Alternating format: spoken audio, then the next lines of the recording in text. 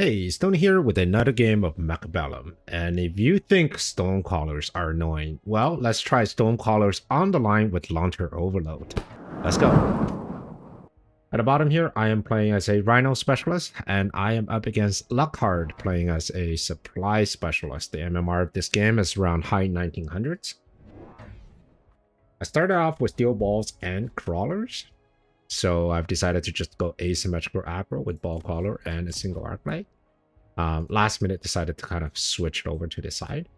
It's debatable whether asym or split is better. It depends on, I guess, really the luck of that first round. Sometimes your opponent, after seeing ball crawler, might respond to just the asym format, leaving a single arc light or a single squad of fans on the other side, allowing you to get tower very quickly. So there's really, you can't really tell like if one is better than the other. And there are arguments to be made on both sides. I think if you want to do asymmetrical, then you'll have all of your army attacking part of your opponent's army.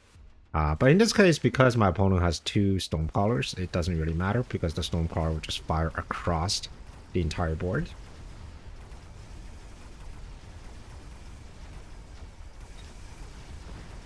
Alright, steel balls getting in. Steel balls are getting onto the tower, and this is the key moment.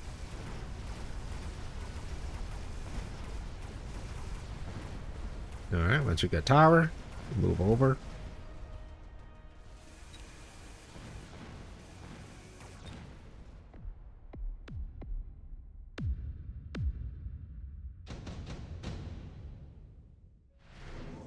Round two, got a unit drop. The Scorpion is the obvious problem here. Whenever you see Scorpion, I think you really just have to pivot out of the steel balls very quickly. I'm fairly confident that the Scorpion is going to be the choice for my opponent. Otherwise, he's just missing a very good opportunity just to disable my steel balls. Now, recently I've been experimenting with Stormcallers on the line, and surprisingly he didn't take the Scorpion instead of opting for Sabertooth. Sabertooth is not great into steel balls. They can get overwhelmed, so when Sabertooth fire, you can at most get 2 steel balls, I think, and sometimes you just get 1 steel ball per shot, which is not great, whereas the Scorpion will always get 2, if not 3, and sometimes if your balls are really clumped up, you get all 4 balls in 1 shot. Anyways, so I was talking about the Stormcallers. I watched a few of the games from Abuchi, and actually this is the first time where I've seen Stormcaller being positioned this close to the front line, was from the game I've had with Abuchi. And it made a lot of sense to me in sort of aggro positions. Stormcallers, so what is safety in Mechabellum? Well, safety just means there is some other unit in front of you. That's it. If there are other units in front of you, your units are safe. It doesn't matter that is right there on the line along with the other stuff, because the way that Mechabellum is designed, right, target priority is always just the closest unit. Your unit will be safe as long as there are other things in front of it, and that's it. Very simple. So it goes with Stormcallers. They are arguably one of the most fragile units in the game, but they do a tremendous amount of damage. However, if you put them too far back, then they have to take time to walk forward, and they don't exactly walk fast at 6 meters per second. So the idea is to play around with the distance and also the firing range of my units so that my Stormcallers can take launcher overload and still be protected and be relatively safe. So how do you do that? Well, there are a few units on the ground that can actually provide tanking for the Stormcallers. Of course, there are the melee units like Rhinos and Crawlers, and then steel balls at 45 meters range can definitely stay ahead of the Stormcallers. Sandworm is not a good option, but Sandworm does burrow on the ground, which means when it's traveling, the Stormcaller will get targeted, assuming the Sandworm is the only unit in front of the Stormcaller. So in this case, I think Steel Balls and Fire Badgers are the perfect unit to pull this off. My opponent decided to take double shot after seeing the Rhino. Makes sense. And I am not convinced that the Sabertooth is the best option when it comes to dealing with Steel Balls. But they are decent into mass Stormcallers because of the potential to take missile interceptor technology on the Sabertooth. Alright, the storms are now in position. We still have steel balls running forward. This round, I'm not too sure if I can win this round, but my level 2 steel balls are now on target. Getting one Sabertooth. Not quite getting the second one. Just kind of gets stuck on the stormcallers.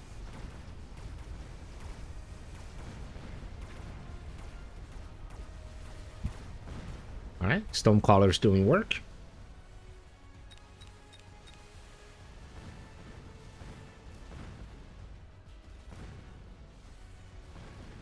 Alright, not too bad considering I was floating a bit of a supply here. Improved Sledgehammer is very enticing. Not only it has increased attack, but better movement speed. I think it just turns into a better giant killer. But in this case, I think it's going to be efficient light manufacturing. I'm going to need a lot of protection in front of the Stonecallers and also a lot of Stonecallers. So my entire board will consist of small units. And I'm going to make a very great use of the efficient light manufacturing. Same with the efficient technology. I think I would need at least launcher overload on the Stonecallers.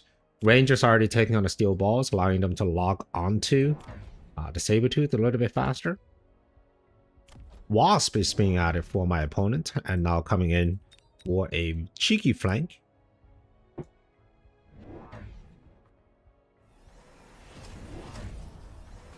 Alright, range on the arc lights to deal with the crawlers more comfortably. Not too worried about that. I think at some point I want to hit loose, seeing only our arc lights as their mean of chaff clear. Range balls is now working a lot better against the Sabertooth. Already taking down all but one level 2 Sabertooth, which is fantastic.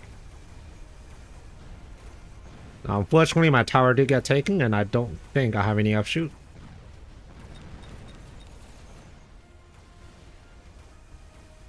Alright. Got the balls. Into the Sabertooth. There it is. So aside from the air problem, I think I was able to win the ground battle very convincingly this round.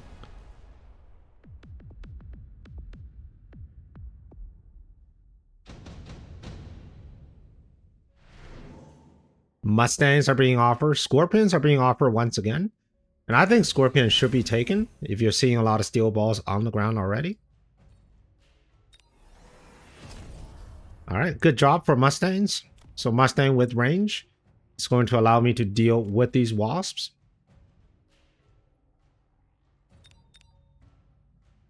The wasp does run jump drive, which means I won't know where the wasp is going to jump to. So in order to be very safe, I need to cover all of the angles, including the center. So I was having 2 packs of Mustangs on the side here. I think the prudent way of going about this is just to have a single Mustang here right there in the middle.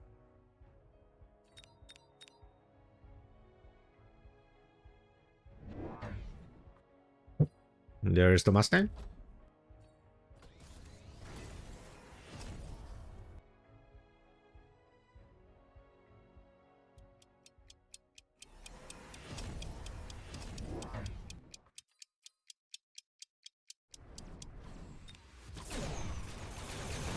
Alright. My opponent also took the Mustang for some additional chaff there. I think Mustang worked really well with the Sabertooth. It's almost like a force stand minus the shield. And they are kind of powering through my steel balls here, and just with a lot of chaff, right?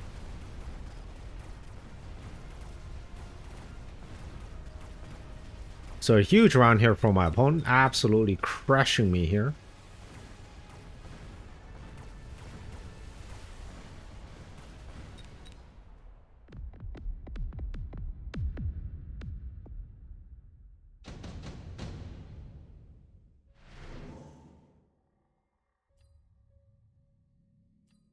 Okay, haste module is taking for the Mustangs, makes sense. More Stonecallers are being added. Launcher overload is being taken. Now we're at a total of 5 Stonecallers, just Stonecallers everywhere. My opponent took the second tech on the Mustangs with armor piercing.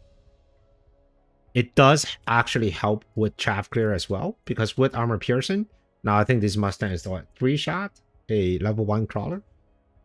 Just makes them a little bit more efficient, and also, of course, it contributes to killing larger units as well. Added a few missile interceptors because I've seen Stonecrawlers from my opponent's board, but more importantly, being an aggro, you're very susceptible from being missiled, so having some interceptors at the front will actually be pretty good. It's tough to say where you want to have them, because if you put them too far behind, sometimes you don't actually intercept the missile in time. But if you put them too far forward, you run the risk of getting them killed, so it's really a trade-off here. Now, what I'm hoping to do is that because my Stonecrawlers have launcher, I'm hoping that they will run in front of these missile interceptors so that when my army dies, the round ends, right? So they don't actually get to go to my interceptors. All right.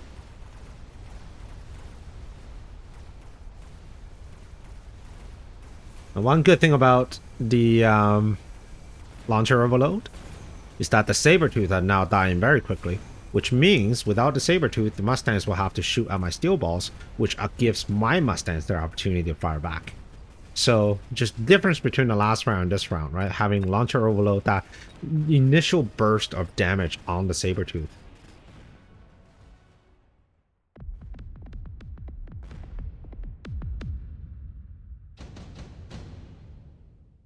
Now, for my opponent, there are several ways that he can take advantage of the situation. Now, first of all, we're all going to get some abilities. So he can most definitely get more Sabertooth and just take Missile Interceptor. I do have Launcher Overload, so there's no way he's going to stop all the rockets, but at least some rockets will be stopped and allowing the Sabertooth to live a little bit longer. He already has enough of them, so might as well start putting them down. Another way to do it is probably just get more Mustangs and then take the third tech, but that will be very expensive because he already took the armor piercing. And also a little bit wasteful because he kind of wants to use the Mustangs for chaff there. And then the third option is just to put down a row of missile interceptors, maybe along the tower, because I don't think his army goes behind the tower when the battle starts. I think everyone just kind of move forward, so just have a line right here behind the tower. All three options are viable. I think you have to pick one, otherwise you're just letting the Stormcallers to get away with too much. Now, of course, there's the final option, which is get a War Factory, but I already have ranged steel balls with high levels, so having War Factories on the line just from interception is not very good.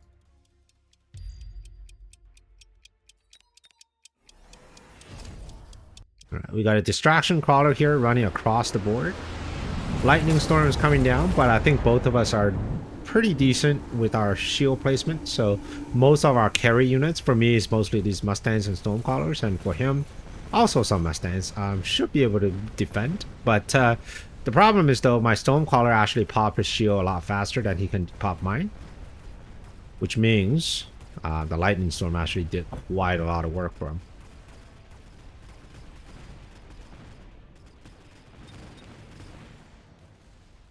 All right. Ooh, and that's going to bring him down to 1 HP. Triple Scorpion is offered once again. I think this is the third time Scorpion is being offered. I think Bear-like is trying to tell my opponent something. Scorpion doesn't really work for me here. I needed something to deal with the large unit, and also the high-level Wraith was one of the options. So I didn't want to catch, be caught with my pants down with this high-level Wraith and armor. He could have taken armor or heal. I think heal might have been even better, because at this level, your level 2 Mustangs is not going to out DPS heal. So I think heal would be better, but it's kind of his armor and heal, so he really wants this Wraith to survive. Adding another Wraith on the other side. So I got really lucky of choosing the melting point, because I saw the Wraith and I was like, yeah, I don't need to deal with the ground anymore. My ground DPS is an entire degree higher than my opponent. Well, what I do need is some sort of AA and some sort of single unit damage in case there's going to be a bunch of forts, right? So that's going to be my pick. For my opponent, more arc lights, more chaff clear. But I don't believe that's the correct move. I think not answering the stormcaller was definitely a big mistake. It just allowed me to get too much value out of that.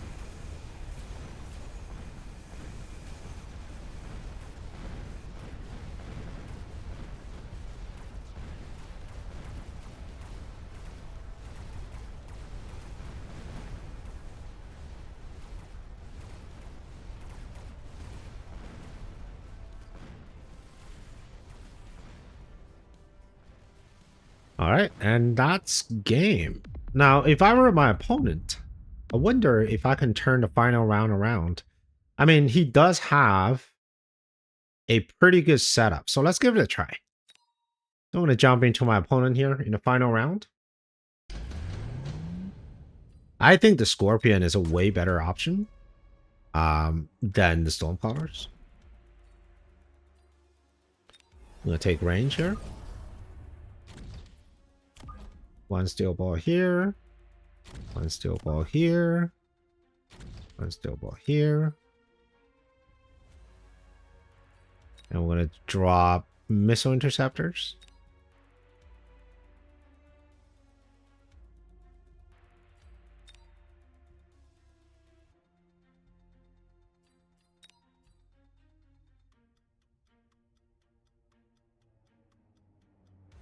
All right.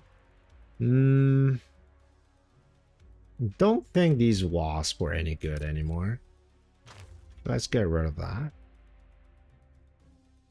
Now, do I need double shot? I might need double shot for this pack of steel balls. It's kind of scary here. But he doesn't have double shot, which is a concern. Get another Scorpion. Just have one per ball here. I'm gonna need more of you.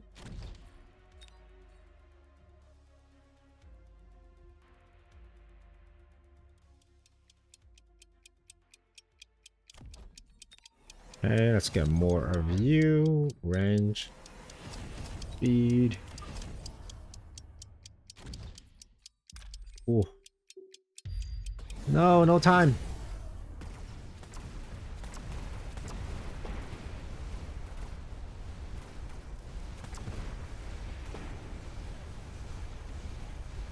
All right, a lot of chaff.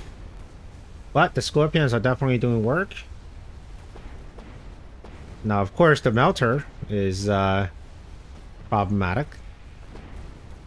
But even without looking at what's going on in the actual fight, just look at the amount of missile that I'm able to intercept, right? Sure, the melter is pretty darn good into what I have.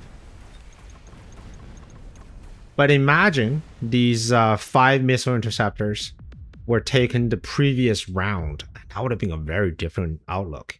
So sometimes you don't have to wait. I mean, yes, you know, when you're climbing out the ladder from the 1300, there's a lot of advice about not putting down these devices because people tend to lose them. But in this case, if your opponent's Stormcaller are getting just so much value turn after turn, just spend 500 resources to block off like 1,000 plus worth of army from your opponent. I think it's worth it. If he did it in the previous round and then also took the Scorpion, I think he had a very good chance of winning the war here. All right. I hope you enjoyed this game. And if you want to see another video, here's one for you. And I will see you on the next one. Prepare your tactics. Mechabellum's calling. Deploy your fortress. The battlefield's alive with swarms.